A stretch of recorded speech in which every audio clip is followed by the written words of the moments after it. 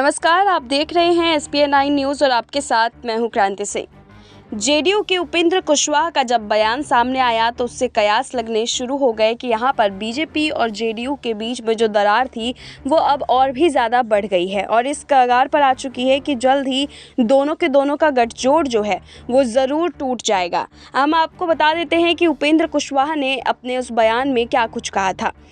दरअसल जेडीयू के उपेंद्र कुशवाहा ने अपने ट्वीट के साथ संस्कृत महाविद्यालय का एक कैलेंडर भी जारी किया है।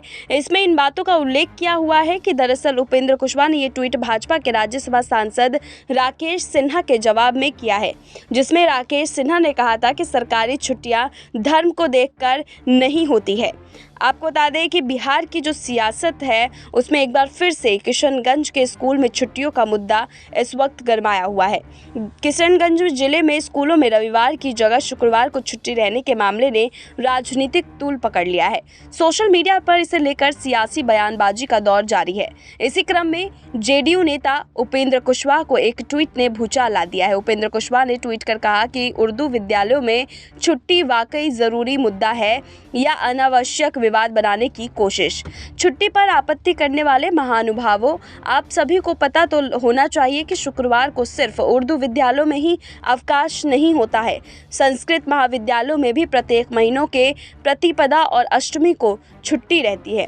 नहीं मालूम है तो संस्कृत विश्वविद्यालय के इस कैलेंडर का अवलोकन कर अपना ज्ञान बढ़ाइए प्लीज़। इस तरीके से उपेंद्र कुशवाहा ने जो है अपना बयान जारी कर दिया और उनके इस ट्वीट के बाद से बीजेपी के अंदर जो है वो खलबली साफ तौर पर देखने को मिल रही है।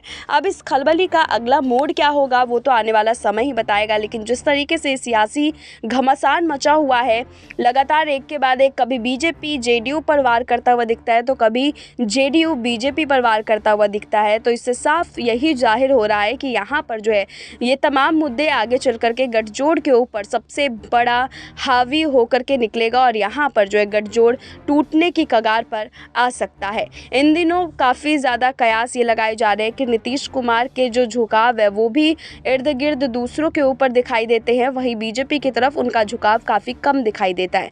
बीजेपी की तरफ से भी यही चीज़ें जो है अब सामने आने लग गई है खुल करके, क्योंकि बीजेपी नेता के बयानबाजी के बाद से बिहार में सियासी भूचाल जो है वो और भी ज़्यादा बढ़ता हुआ नज़र आ रहा है।